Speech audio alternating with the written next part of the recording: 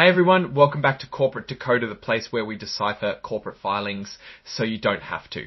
Today we are diving deep into a Form 8K filing. Think of it as a corporate breaking news report. You might think reports are boring, but let's see if this one makes you change your mind.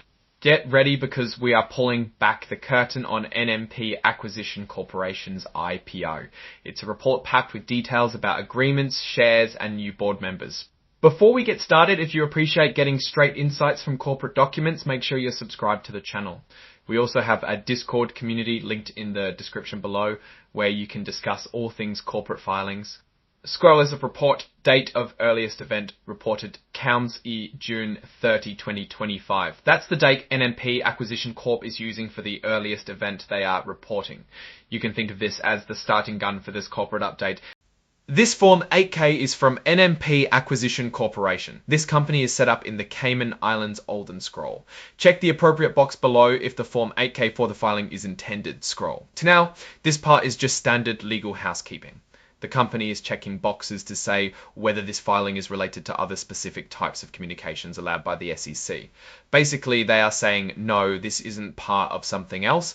Here they tell us what kind of securities or financial instruments the company has registered. Importantly, units, each consisting of one Class A ordinary share, par value 0.001, with the trading symbol NMPRU Class A ordinary shares, par value $0.1 per share, with the trading symbol NMP and rights, each right to acquire 1/5 of one Class A ordinary share, with the trading symbol NMP and rights, each right to acquire 1/5 of one Class A ordinary share, with the trading symbol NMP and rights, each right to acquire 1/5 of one Class A ordinary share, with the trading symbol NMP and rights, each right to acquire 1/5 of one Class A ordinary share, with the trading symbol NMP and rights, each right to acquire 1/5 of one Class A ordinary share, with the trading symbol NMP and rights, each right to acquire 1/5 of one Class A ordinary share, with the trading symbol NMP and rights, each right to acquire 1/5.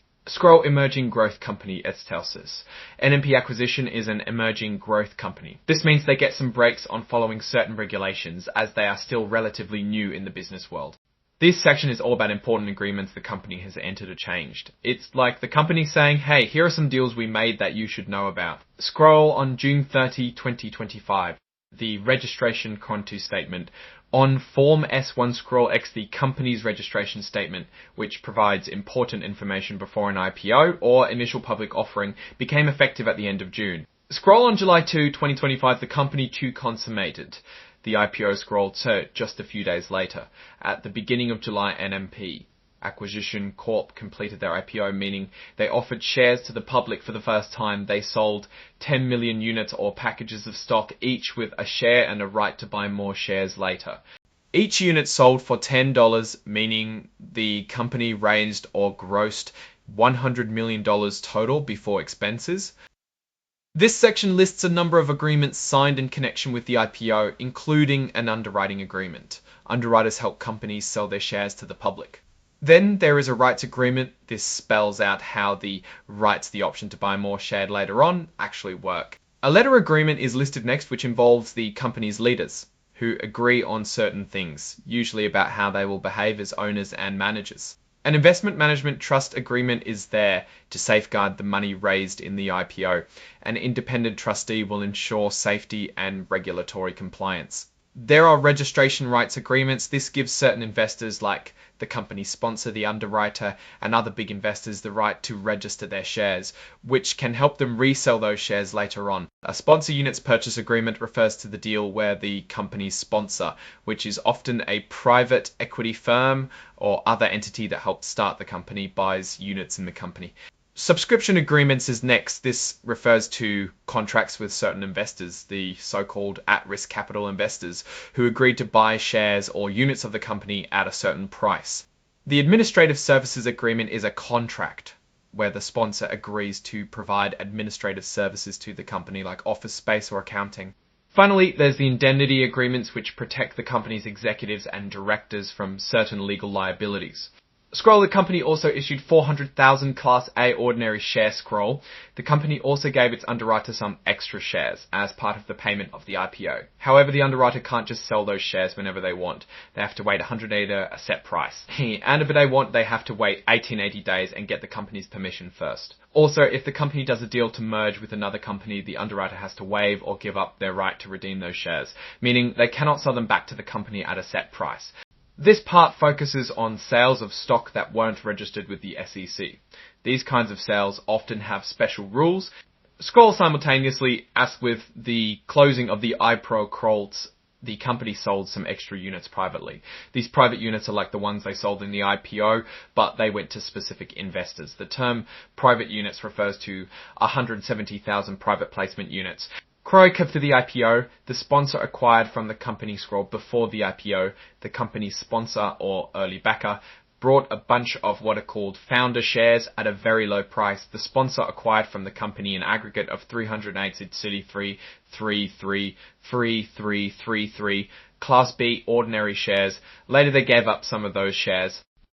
Scroll item 5002, departure of directors or certain Coven officers. Scroll Fierce is all about changes to the company's leadership. The company's leadership, the company being paid. When the company's stock started trading on the Nasdaq stock market, some new people, Adam Benson, Shanti Priya, and Dr. Vanilla M. Singh, joined the company's board. Scroll, the board has determined that Kat Cheech of Mr. Benson, Ms. Priya, and Dr. Singh Scroll. The board has decided these new directors are independent, meaning they don't have close ties to the company's management.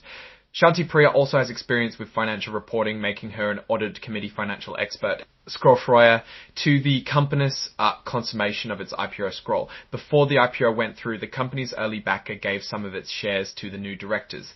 This is like giving them a reward for joining the company. Scroll item 513. Amendments. IOL2 Certificate of Incorporation. Scroll. This section is about changes to the company's official paperwork. It's charter that lays out how the company works. Scroll to connection with the IPO, the company adopted its amended charter. Scroll. The company changed its charter in connection with the IPO. They are telling everyone that a complete explanation is already prepared in the registration statement so the change could be reviewed. This is sort of a catch-all section for important items the company wants to make sure everyone knows about. Scroll's total of $100,000 from the proceeds of the offering. Scroll, the company is confirming that they took $100 million raised from the IPO and private sales of units and put it in a trust account. The company will not be able to directly access these funds, but only to fund its working capital requirements totaling $300,000 or to pay its taxes and dissolution expenses. Scroll, on June 30, 2025, the company issued a press release. Scroll. Finally, the company included the press releases they issued at the time of the IPO. This section lists all the actual documents attached to this report, like the agreements and press releases we have been discussing. So, what's the big picture here? NMP Acquisition Corp is a new blank check company, also known as a SPAC, which lists on the market to raise money with the intention of acquiring or merging with an existing private company. The IPO was the first big step. Now comes the real challenge, finding a good business to acquire. A potential strength is that the company managed to raise $100 million in its IPO. That's a decent chunk of change to buy a business. The new independent directors also bring outside expertise and oversight, which is always a positive factor. One potential weakness or risk is that the company has a limited time until January 2027 to find a target company.